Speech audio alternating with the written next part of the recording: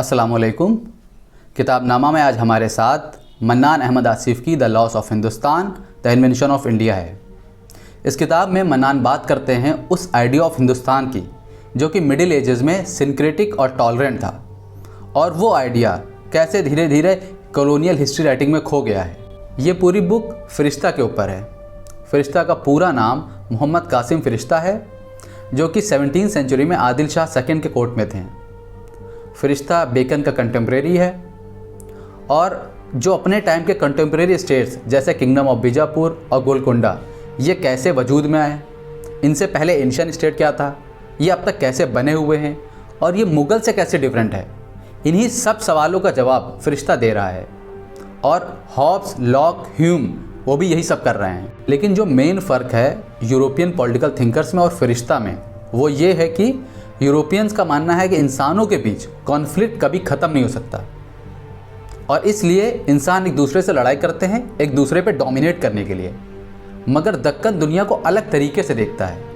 दक्कन का मानना ये है कि कॉन्फ्लिक्ट इंसानों के बीच कोई ज़रूरी नहीं है, और पॉलिटिकल बॉर्डर्स जो कि स्टेट्स के बीच में है वो कभी भी आइडिया ऑफ हिंदुस्तान के लिए रुकावट नहीं बना है। जहाँ किसी की भी आइडेंटिटी को आप पिंजड़े में नहीं बंद कर सकते हैं, और जहाँ रिलीजियस एफिलिएशन या रिलीजियस कम्युनिटीज़ किसी वाटर टाइट कंपार्टमेंट की तरह नहीं है जैसे यूरोप में है, और यही हिंदुस्तान की ट्रेडिशनल थिंकिंग रही है।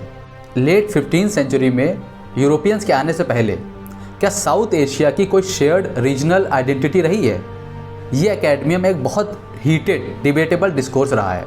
मन्नान ने इस किताब में यही आर्ग्यू किया है कि Pakistan, Bangladesh, Republic of India तीनों की कॉमन पॉलिटिकल एंसेस्ट्री है, और ये सब एक ऐसे रीजन का पार्ट है जहाँ के लोग खुद को हिंदुस्तानी कहते हैं। मन्नान ने इस किताब में इसी आइडिया ऑफ हिंदुस्तान को डिस्क्राइब किया है, जो कि यहाँ के नेटिव हिस्टोरियंस ने 1000 सेंचुरी से लेकर 1900 सेंचुरी के टाइम पीरियड में लिखा है।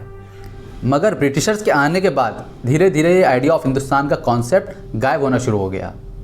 ब्रिटिशर्स ने पॉलिटिकल फॉरगेटिंग के ज़रिए हिंदुस्तान की अंडरस्टैंडिंग बदलनी शुरू कर दिया, और कोलोनाइजेशन में सबसे पहले यही किया जाता है कि आपके पास्ट का एक्सेस आपको नहीं देंगे और धीरे धीरे करके उसे मिटा देंगे। मन्नान ने इस बुक में फ़रिश्ता की तरह बाकी जितने हिंदुस्तान के नेटिव हिस्टोरियंस हैं जिन्होंने अपने टाइम की सोसाइटीज़ के बारे में लिखा, अपने टाइम के किंग, अपने टाइम के स्टेट्स के बारे में लिखा, उनको ट्रेस करने की कोशिश की है और उनको इस बुक में डिस्क्राइब किया गया है।